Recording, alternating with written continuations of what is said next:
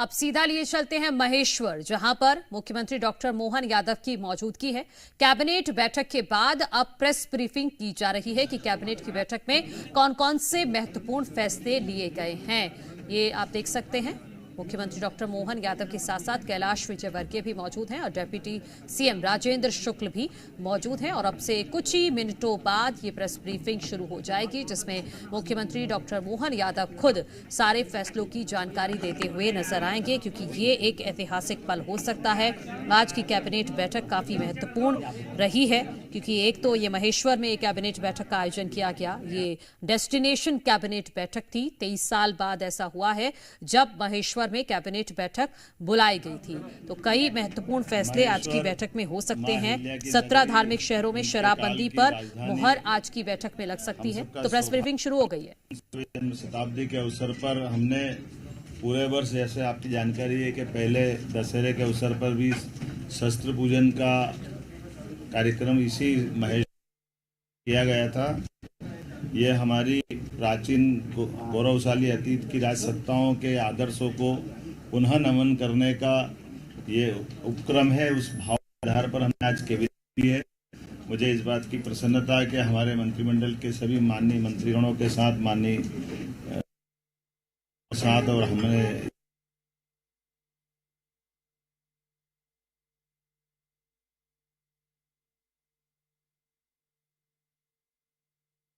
करने का ये उपक्रम है। उस भाव के आधार पर हमने आज कैबिनेट की है। मुझे इस बात की प्रसन्नता है कि हमारे मंत्रिमंडल के सभी माननीय मंत्रीगणों के साथ, माननीय उप मुख्यमंत्री गणों के साथ और हमने जो निर्णय किए हैं वो भी माँ अहिल्या के उस शासनकाल को स्मृति में रखते हुए आज का दिन ऐतिहासिक बनाने का प्रयास किया गया है। मुझे इस बात की प्रसन्नता है कि आज जब हम यहाँ अहिल्या माता की नगरी में आए तो सबसे पहले हम माँ अहिल्या के उस किले में उनकी राजगद्दी को नमन करते हुए माँ नर्मदा के पूजन आशीर्वाद के बाद मीटिंग में गए।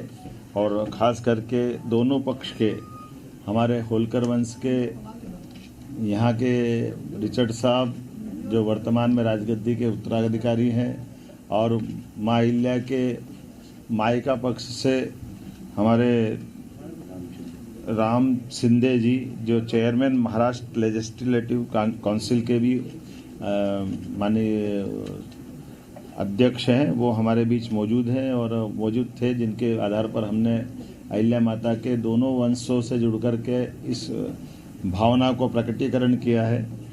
कुछ निर्णय आज हमने और अहिल्या माता को दृष्टिगत रखते हुए किए हैं। एक तो खास करके हमारी अपनी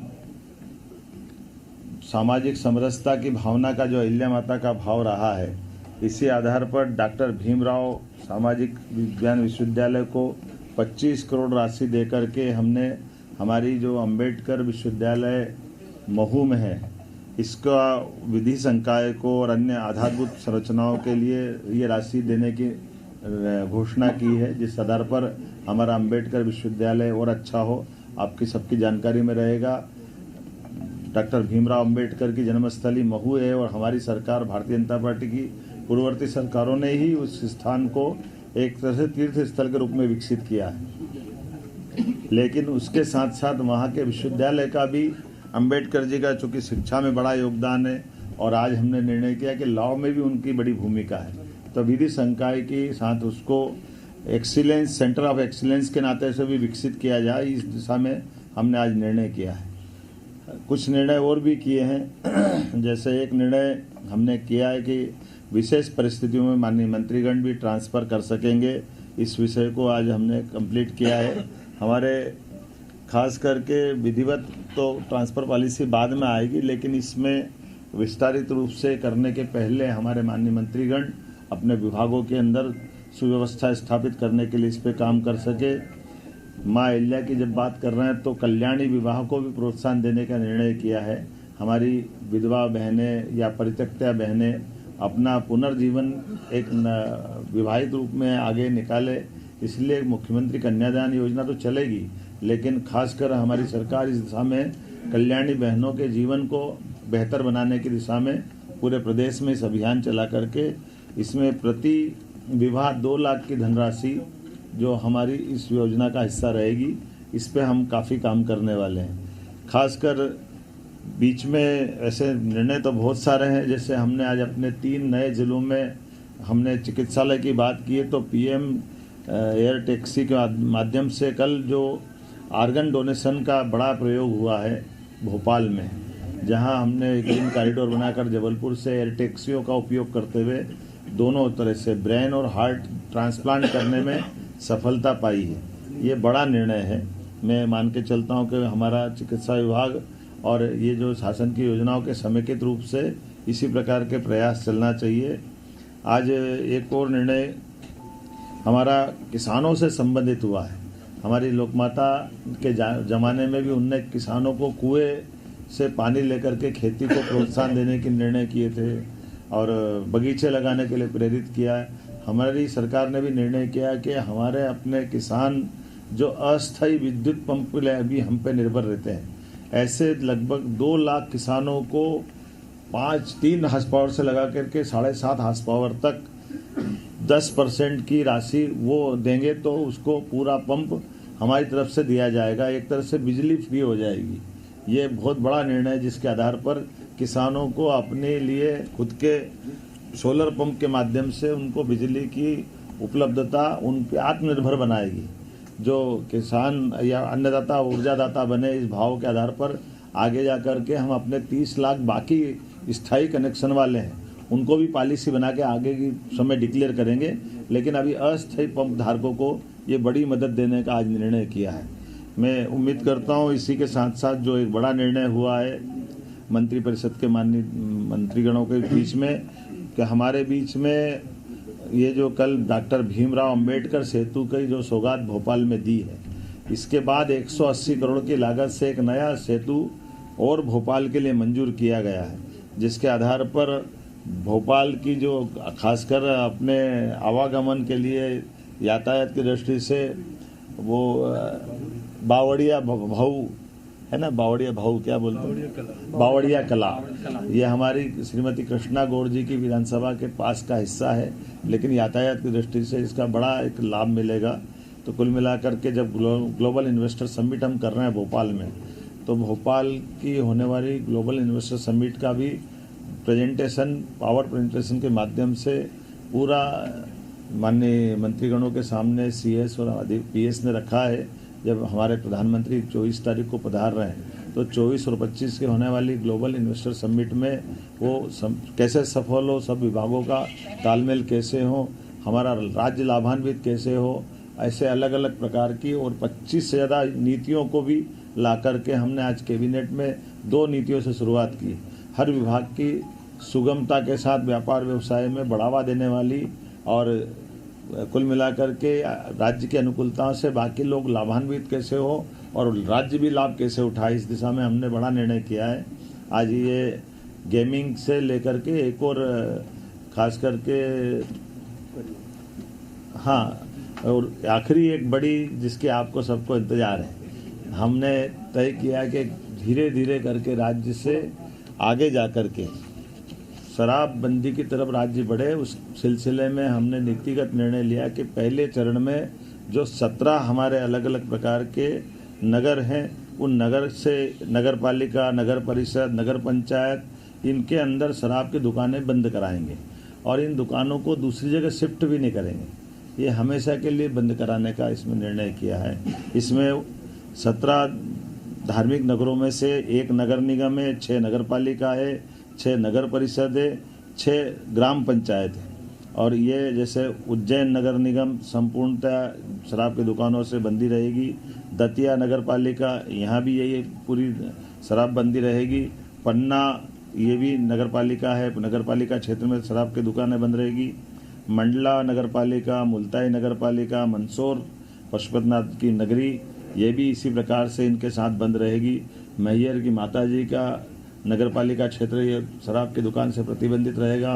ओंकारेश्वर की नगर परिषद, महेश्वर की नगर परिषद, मंडलेश्वर की नगर परिषद, ओरछा और चित्रकूट की नगर परिषद और अमरकंटक, खास करके चित्रकूट और अमरकंटक हम सब ध्यान दें इस मामले में। ये हमारी धार्मिक आस्था के वैसे सभी केंद्र हैं, ये सभी नगर परिषदों में हमने शराब की इसी नीति के आधार पर दुकानें बंद करने का निर्णय किया है। हमारी नगर परिषद के बाद ग्राम पंचायत सलकनपुर, जहाँ सलकनपुर माता का मंदिर है, इस पंचायत से भी शराब की दुकानें बंद कराएंगे। बरमान कला ग्राम पंचायत, लिंगा ग्राम पंचायत, बरमान खुर्द ग्राम पंचायत, कुंडलपुर ग्राम पंचायत और बांदकपुर ग्राम पंचायत, ये ग्राम पंचायतों से भी हम शराब की दुकानें बंद करेंगे। आपकी जानकारी में रहे कि मां नर्मदा के तट के दोनों तरफ के 5 किलोमीटर के दायरे में शराबबंदी की जो पूर्वत पॉलिसी है, उस पॉलिसी को भी हम जारी रखेंगे। इस पॉलिसी में कोई बदलाव नहीं आएगा। कुल मिलाकर के प्रदेश भर से जो मैंने आपके बारे में बताने का प्रयास किया है कि हम ये शराबबंदी का हिस्सा चलेंगे। एक मुख्य कारण यहाँ की बैठक करने का और भी था, कैबिनेट की बैठक का, जो नारी सशक्तिकरण की दिशा में हमारे यशस्वी प्रधानमंत्री की जो भावना है, गरीब, महिला, किसान और युवा, ऐसे में युवा और किसान की पॉलिसियां हमने मिशन मोड में पिछली कैबिनेट में लाए थे। आज ये नारी सशक्तिकरण की दिशा में हमारे कैबिनेट का पहला ही एजेंडा था, जब हम अपने बहनों की ज़िंदगी में बेहतर से बेहतर सरकार क्या मदद कर सकती है और स्त्री सशक्तिकरण का ये सबसे सक्षम उदाहरण राज्य बने, इस दिशा में हमने आज खासकर महिलाओं की सामाजिक आर्थिक विकास के उद्देश्य के लिए विमेन लीड डेवलपमेंट प्रयास के आधार पर हमने ये पूरा योजना बनाई है, जिसमें शिक्षा, स्वास्थ्य, पोषण, आर्थिक विकास और सुरक्षा, साथ ही साथ महिलाओं और बालिकाओं की विभिन्न सरकारी सेवाओं में पहुंच निश्चित हो, महिलाओं के आर्थिक स्वावलंबन, समाज में आर्थिक भागीदारी बढ़ाने के एकीकृत प्रयास करना, समाज में महिला और बालिका की सकारात्मक व्यवहार हेतु परिवर्तन, पुरुष संवेदनशीलता बढ़ाना, ये ऐसे कई प्रकार के कामों के साथ हमने मिशन मोड पे चलने का प्रयास किया है, जिसमें मिशन के प्रमुख लक्ष्य में जन्म के समय लिंगानुपात 5 अंक प्रति 1000 की वृद्धि में वृद्धि करना, बालिकाओं की 10 और उससे अधिक वर्षों की स्कूली शिक्षा में 5% की वृद्धि करना, मातृ मृत्यु दर में 10 अंकों की कमी लाना, महिलाओं के विरुद्ध अपराध में 5 अंक की कमी लाना, बाल विवाह में 5% की कमी लाना, महिला श्रम भागीदारी 3% की कमी कराना लाना और मिशन के प्रमुख घटक में स्वास्थ्य और पोषण, शिक्षा और जीवन कौशल, आर्थिक स्वावलंबन, सुरक्षा और संरक्षण, संवाद से व्यवहार परिवर्तन इत्यादि कई प्रकार के ये मिशन मोड के प्रमुख घटक हैं। उम्मीद करेंगे नारी सशक्तिकरण की दिशा में यशस्वी प्रधानमंत्री श्रीमान नरेंद्र मोदी जी की भावना के अनुसार मध्य प्रदेश अपने बहनों की ज़िंदगी को बेहतर करने के लिए योग्य भूमिका निभाएगा। ऐसे और कई सारे विषय हैं, लेकिन आज तो आनंद है इस बात का कि आज पुनः 300 साल पुरानी राजधानी चैतन्य हुई है। हमारी राजधानी का वो जो पुराना गौरव, होलकर साम्राज्य का समय का, आज वो हमको अपनी आंखों के सामने दिखाई दे रहा है। होलकर साम्राज्य का तो यद्यपि सांस्कृतिक क्षेत्र बहुत बड़ा था, लेकिन भौगोलिक क्षेत्र छोटा था, लेकिन आज पूरे प्रदेश को लेकर के सारे निर्णय हमने दूरगामी दृष्टि से यहाँ लिए हैं। तो माँ अहिल्या माता का भी और माँ नर्मदा का आशीर्वाद भी हमारे साथ है। इस गौरवशाली क्षण में आप सब साक्षी बने। मैं प्रदेशवासियों को, देशवासियों को बधाई देना चाहूँगा, जिनके माध्यम से पूरा काम दुकानों पे पाबंदी है, सेवन पे भी पाबंदी है। अभी दुकानें बंद कर दी ना, दुकान जब मिलेगी नहीं तो कहाँ से पिएगा। सर इसका मतलब ये माने कि मध्य प्रदेश शराबबंदी की तरफ आगे बढ़ रहा है? ये तो घोषित रूप से बोला हमने। काल भैरव में क्या होगा? काल भैरव में भी आस्था के आप प्रसाद ले जाओगे ना। जिला बनाने के लिए लागू कब से कर रहे हैं आप? देखो, परिसीमन आयोग हमारा काम कर रहा है। परिसीमन आयोग अपने भविष्य की दृष्टि से जिले, तहसील, संभाग और ग्राम पंचायत तक का विचार कर रहा है। तो वो परिसीमन आयोग की रिपोर्ट आने के बाद इस सब बारों में निर्णय होगा।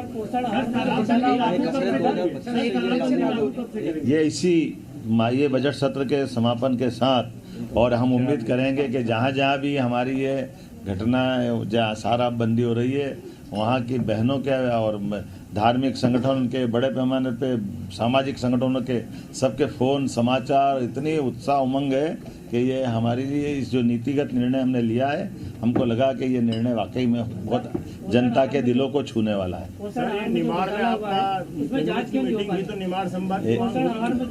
अभी आपने क्या सुना परिसीमन का? आप कहाँ थे? मुझे लगता है कि आज अपनी सारी बात आ गई। बहुत धन्यवाद। तो महेश्वर में मोहन कैबिनेट की बैठक में ऐतिहासिक फैसला लिया गया है। मध्य प्रदेश के 17 धार्मिक शहरों में शराब की दुकानें बंद की जाएंगी। ये बड़ी खबर इस वक्त की अपने दर्शकों को बता रहे हैं। ओरछा, चित्रकूट, अमरकंटक, नगर परिषद उज्जैन, नगर निगम दतिया, मैहर, इसके अलावा ग्राम पंचायत सलकनपुर, कुंडलपुर ग्राम पंचायत समेत 17 ऐसे धार्मिक शहर हैं जहां पर शराब की दुकानें बंद होंगी। इसके साथ साथ एक और बड़ा फैसला लिया गया है कि मंत्री अब अपने विभागों के ट्रांसफर कर सकेंगे। डिटेल में आगे आपको बताएंगे। फिलहाल एक छोटा सा ब्रेक ले लें।